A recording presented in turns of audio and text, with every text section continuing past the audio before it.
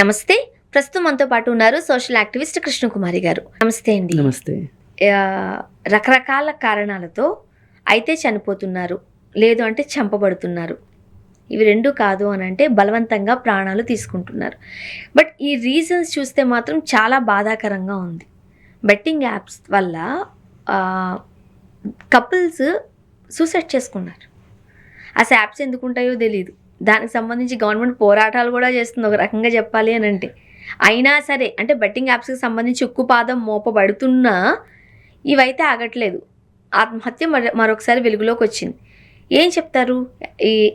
ఏం చెయ్యాలి అసలు? ఒకే రోజు ఇద్దరు ఆత్మహత్య చేసుకున్నారు. ఒకళ్ళు పురుగు మందు తాగి, ఇంకొకళ్ళేమో రైలు పట్టాల మీద తలబెట్టి చనిపోయారు. వీళ్ళు ఏంటంటే ఆన్లైన్ బెట్టింగ్కి అలవాటు పడ్డారు. ఒక అతను చిన్న ఉద్యోగం ఏదో చేసుకుంటున్నాడు. ఉద్యోగం చేసుకునేవాడు ఆన్లైన్ బెట్టింగ్లోకి వెళ్ళి ఆ డబ్బులు ఎట్లా సంపాదించాలి పెడుతూ ఉన్నాడు, డబ్బులు పోతున్నాయి. అప్పుడు ఏం చేశాడంటే, ఇప్పుడు ఆన్లైన్లో అప్పులు ఇచ్చే యాప్లు ఉంటాయి. ఇప్పుడు ఒకడు బెట్టింగ్ ఆడుతున్నాడు అంటే బెట్టింగు అదే యాప్, అప్పులు ఇచ్చే వాళ్ళది అదే యాప్. అవి రెండు అనుసంధానం అయి ఉంటాయి. ఇప్పుడు నేను బెట్టింగ్ ఆడుతున్నాను అనుకోండి, డబ్బులు పోయినాయి అనుకోండి, నేను ఆట సడన్గా ఆపేశాను అంటే నా దగ్గర డబ్బులు అయిపోయినాయి అని వాడికి అర్థమైపోద్ది. వెంటనే టింగ్మని నా ఫోన్కి ఓ మెసేజ్ వచ్చేస్తే, మేము అప్పిస్తామని. అదేదో సినిమాలో పెట్టినట్టు ఉత్తిత్తి బ్యాంక్ అని బ్యాంకులో అరుస్తూ ఉంటారు శ్రీకాంత్. అట్లా మేము అప్పిస్తామని వచ్చేస్తారు, అప్పిచ్చి ఒక అకౌంటు, ఇంకొక అకౌంటు పదే ఏ లోన్ యాప్ ఓపెన్ అయితే ఆ లోన్ యాప్ నుంచి అప్పులు తీసుకుంటారు. ఒక దాని దగ్గర తీసుకుని ఇంకో దానికి కడతారు. ఈలోపు బెట్టింగ్ ఆడతారు. బెట్టింగ్లోనూ పోతాయి అప్పులు, మొత్తం కలిపి సర్వం గుండు సున్నా అయిపోతుంది. మొన్న రీసెంట్గా మీరు చెప్తుంటే 22 years 23 years చిన్న అబ్బాయి ఇలాగే బెట్టింగ్ 10 లక్షల వరకు పెట్టేసి అప్పటికి ఒకసారి అలాగే చేస్తే పేరెంట్స్ కట్టారంట. మళ్ళీ అదే సూసైడ్ చేసుకున్నాడు. అయితే ఇతను చనిపోయాడు. చనిపోతే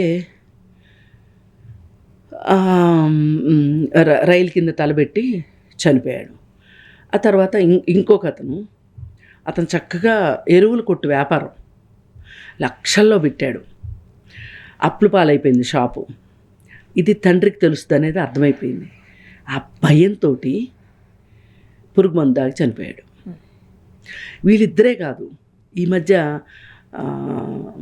ఐపీఎస్ ఆఫీసర్ రంగనాథ్ గారి గన్మ్యాన్ బెట్టింగ్ యాప్లో డబ్బులు పెట్టి అప్పుల పాలైపోయి ఆత్మహత్య చేసుకున్నాడు. ఇట్లా చాలామంది చేసుకుంటున్నారు. ఇందులో చదువుకోనోళ్ళ, ఆస్తులు ఉన్నోళ్ళ, ఆస్తులు లేనోళ్ళ, ఈ క్రికెట్ బెట్టింగ్ కావచ్చు,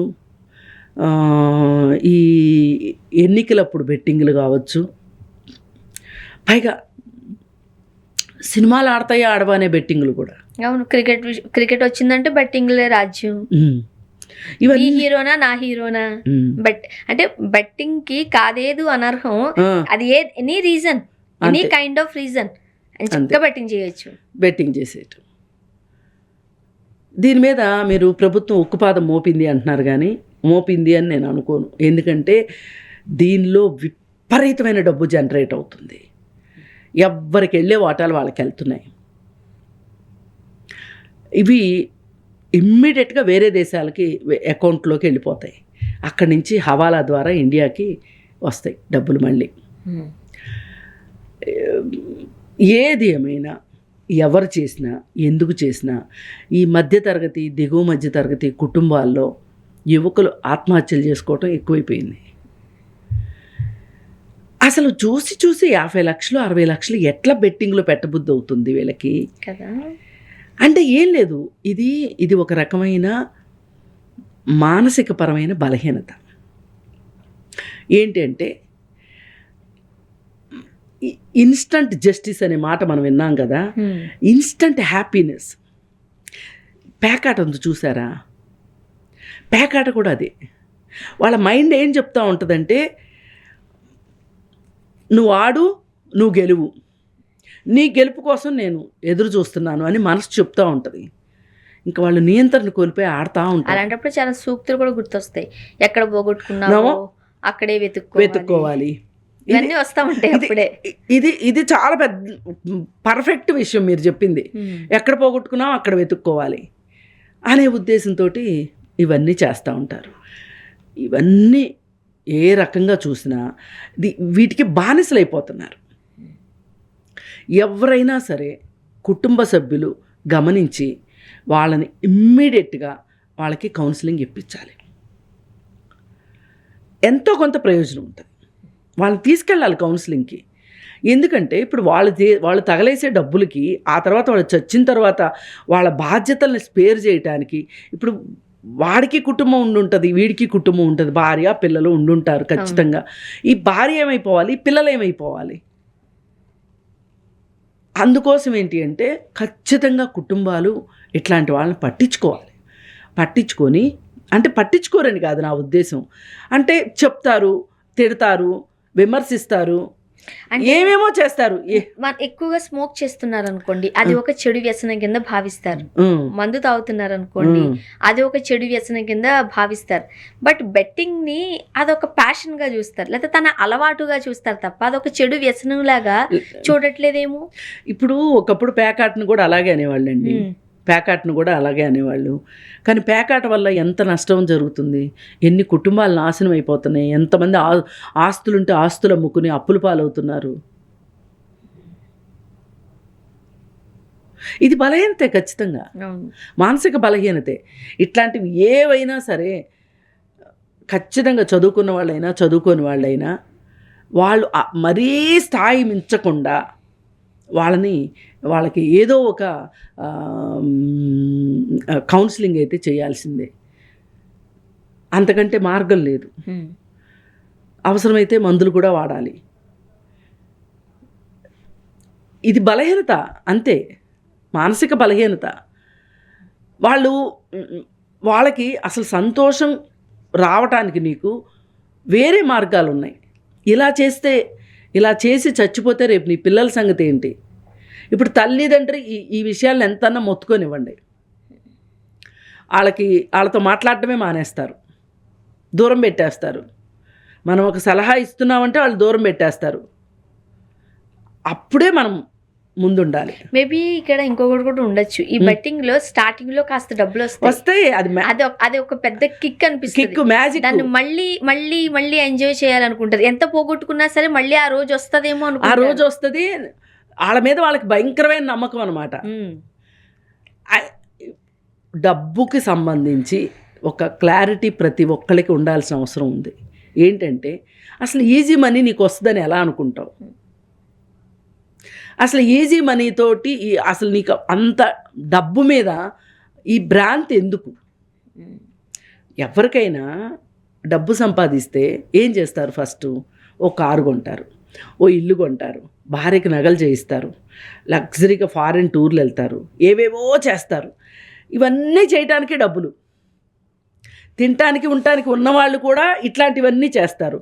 ఇవన్నీ చేసి నష్టపోయిన తర్వాత ఇంకా మనం బెట్టింగ్లో డబ్బులు పెట్టవలేము, బెట్టింగ్లో డబ్బులు రావు అని అర్థమైనప్పుడు ఆ నైరాశ్యంతో చచ్చిపోతారు. చూడండి, ఇది దారుణమైన పరిస్థితి. ఏ ఒక్కళ్ళకి ఇలాంటి పరిస్థితి రాకూడదు. చాలా బాధాకరం, చాలా చాలా బాధాకరం. ఇప్పుడు ఈ స్మార్ట్ ఫోన్ వల్ల ఇదంతా. ఎందుకంటే ఇప్పుడు ప్యాకెట్ ఉందనుకోండి, ఎంత అవునన్నా కాదన్నా ఒక టైం అనేది ఉంటుంది, 10, 11, 12 ఒక వేరే ప్లేస్కి వెళ్ళడము కదా ఉంటాయి. ఈ ఫోను ఇంట్లో 24 గంటలు. ఇప్పుడు నేను ఎక్కడో చదివాను ఏంటంటే, ఎవరైనా నేను ఫోన్లో ఎక్కువ సమయం గడుపుతున్నానా అని ఆలోచించినప్పుడు అంట వెంటనే కుటుంబ సభ్యులను అడగాలంట. వాళ్ళే పర్ఫెక్ట్గా చెప్తారంట. పిల్లల్ని అడగాలంట, ఏనాన్న నేను ఎంతసేపు ఫోన్ చూస్తున్నాను అని. ఇంక వేరే టెస్ట్లు ఏం పెట్టుకోక్కర్లేదు, మీరు మీ పిల్లలు చెప్పేస్తారు. దాన్ని బట్టి మీరు డీటాక్స్కి వెళ్ళాల్సిందే మీరు.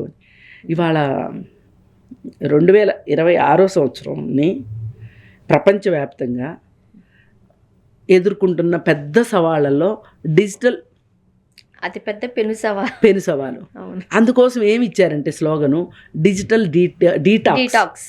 అవును, కంపల్సరీగా అందరికీ కావాలి అది. అందరికీ కావాలి, నాతో సహా మీతో సహా. అందరికీ కావాలి. అవసరం ఉన్నా అవసరం లేకపోయినా మనకి ఒక చేతిలో పేపర్ ఉన్నా కానీ పేపర్ కంటే ఎక్కువ ఫోన్ మీదనే మనం కాన్సన్ట్రేట్ చేస్తున్నాం. వార్తలు చూసేవాళ్ళు కొంతమంది, మ్యూజిక్ ఏదైనా చూసేవాళ్ళు, కావచ్చు. కానీ మనము ఎంత సమయం గడుపుతున్నాం అనేది తెలియదు. ఇప్పుడు ఒక పేపర్ ఉందనుకోండి, పేపర్ అయిపోయిన తర్వాత అరే పేపర్ ఇంతసేపు నేను పేపర్ చదివానా అనిపిస్తుంది. అదే ఫోన్ అయితే మటుకు ఇంతసేపు నేను ఫోన్ పట్టుకున్నానా అనిపించదు. గంట 2 గంటలు అయింది అనిపిస్తుంది మనకే, అనిపిస్తుంది. అలా వెళ్ళిపోతుంది టైం. అందుకని